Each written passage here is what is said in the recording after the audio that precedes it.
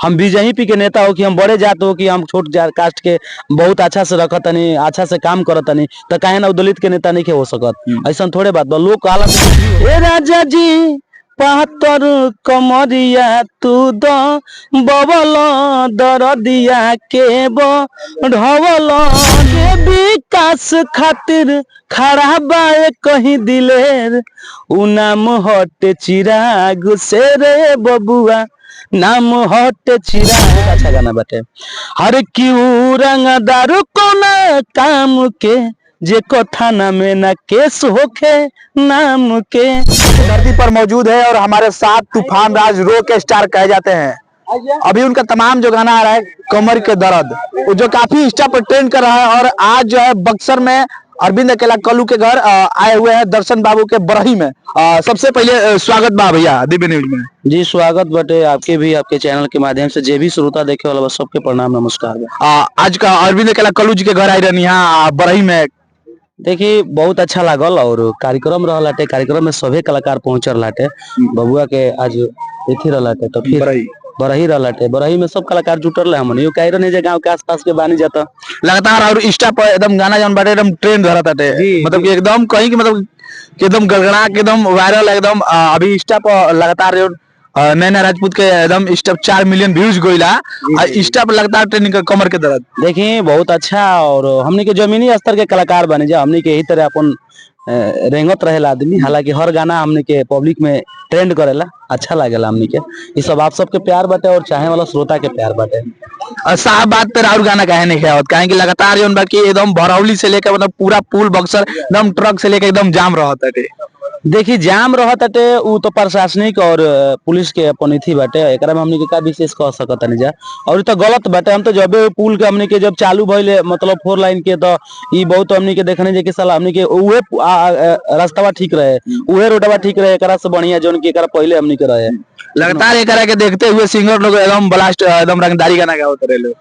देखिए रंगदारी गाना अभी काले रंगदारी गाना हमनी के आ रहल बाटे, सलामी सब ठोकेला, सब लोग अपन सब लोग काम करे के अलग अलग थी रहेला। हमनी के काम जो भी करें जे रंगदारी गाना में तो कुछ अलग करे नहीं, हम कॉपा कॉपी वाला हमारा चीज ना रहेला। चाम के भैया कमर के दर्द जोन गाना बाटे तो नहीं आती।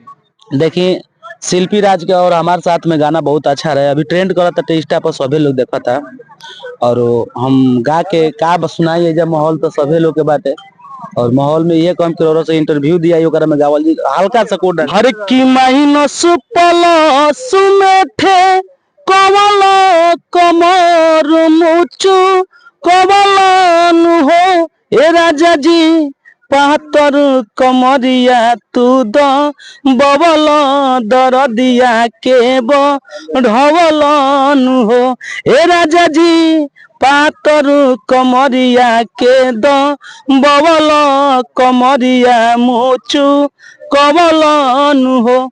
लगातार भैया एकदम ट्रेनिंग एकदम चल रहा बड़ा गाना और रुआ इनाम भी देता नहीं, मतलब कि आईफोन वॉच की अभी हमने के 4 मिलियन होके वाला बाटे। नैना के भी कुछ हमने के देखी क्रिएटर से थोड़ा मन भागल जाता है, ऐसे भागल जाता है कि देखी जब तक ले क्रिएटर ये बात के ना सोचियन कि छोट कलाकारन के हमने के आगे बढ़ावल जाए तब तक ले कोनो कलाकार आगे बढ़ नहीं कर सकत।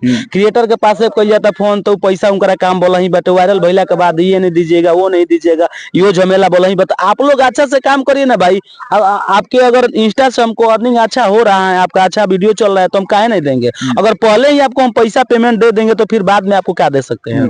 हाँ तो सब यही बात है और अच्छा गाना चल रहा है आप सबका। अब एक और थाना वाला गाना आइल बाटे, लगातार थाना वाला भी अच्छा गाना बाटे, रंगदार कोना काम के जेकर थाना में ना केस होके नाम के बहुत अच्छा गाना बाटे। हर क्यों रंगदार कोना काम के जेकर थाना में ना केस होके नाम के, बहुत अच्छा बहुत गाना चलता रहा भैया। अब सवाल हो 2 मिनट खातिर चिराग पासवान जी से।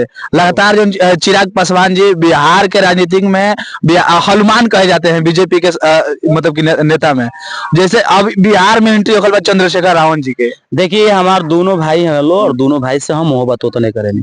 देखिए कहे से कि लगभग पता बाटे कि हमनी के अम्बेडकर के हमनी के वंशज बानी जा, हमनी के हर शौक मिलावे लीजिए आदमी हर जगह पर हमनी के अम्बेडकर वादी हैं जब भाई, तो हमारा खातिर दोनों भाई हमारा खातिर बरोबर बने। एक में कंपटीशन ही कर सकता नहीं कि आप बेहतर जो काम कर सकता है बेहतर वहीं आगे हो सकता है बस। ज्यादा कुछ नहीं अब कहेंगे। लोग मतलब कि उनको बांट रहे हैं, मतलब कि उनको एक तरह से नाम दे रहे हैं कि दलित का नेता है और बीजेपी का एजेंट है, ऐसे ऐसे लोग बांट रहे हैं। देखिए सबसे पहले बात बा कि हम कोनो चीज के एजेंट हो कि हम जेकरा खातिर काम करतन हुए हमरा खातिर सब कुछ बाटे। हम बीजेपी के नेता हो कि हम बड़े जात हो कि हम छोट जात कास्ट के बहुत अच्छा से रखतनी, अच्छा से काम करतनी, तो काहे ना उ दलित के नेता नहीं हो सकत। ऐसा थोड़े बात बा, लोग कहला से कुछ भी हो सकता है। आप काम का कर रहे हैं, आपका मतलब मार्केट में फेस वैल्यू का है, आप किस बदौलत काम कर रहे हैं, ये चीज मायने रखता है। आपके अनुसार क्या लगता है, बिहार के राजनीति में बड़ा भूचाल आने वाला है चंद्रशेखर जी आ रहे हैं तो? देखिए चंद्रशेखर जी के प्लेटफार्म अगर व्यक्तिगत कहीं हम अपना ओर से तो बहुत अच्छा लगेला, और भीम आर्मी के इसे भी रुतबा अच्छा खासा बाटे। और रहल बात की पब्लिसिटी में चिराग भैया के देखते हुए नेता में अगर कहल जाओ तो हर जगह पर देखे जेकर फेस वैल्यू बाटे, जेकर मार्केट में थोड़ा बहुत नाम बाटे, आदमी काम कर रहल बा अच्छा। अभी भी हमने के चिराग भैया बहुत ही बिहार खातिर कुछ सोचलन और करत भी बड़न, तो दोनों हमरा खातिर नेता बरोबर बने। यानी दोनों युवा जब आमने सामने होंगे तो बिहार में राजनीतिक भूचाल आएगा। जरूर जरूर, हम तो चाहम कि दोनों जना साथ में मिलके काम करो, उसका दिक्कत बाटे। चाहेंगे एक बार की एक चिराग भैया के लिए गाना गा दीजिए। चिराग भैया के लिए अभी गाना ना गाइब, हम अभी शाम हो गुल भाई छोटा सा लाइन चाहेंगे गुनगुना दीजिए। चिराग भैया खातिर गाना गइले रहनी, हर की जन जन के विकास ले खड़ा, कि जन जन के विकास खातिर खड़ा बाए कहीं दिलेर, उ नाम हटे चिराग से रे बबुआ, नाम हटे चिराग शेर। बहुत गाना बते लगातार जो है इस गाना आ रहा है, ट्रेंडिंग में चल रहा है, तूफान राज रो के स्टार कहे जाते हैं। बाकी आपकी क्या राय है, कमेंट करें, इस वीडियो को शेयर करें और चैनल को सब्सक्राइब करना ना भूलें।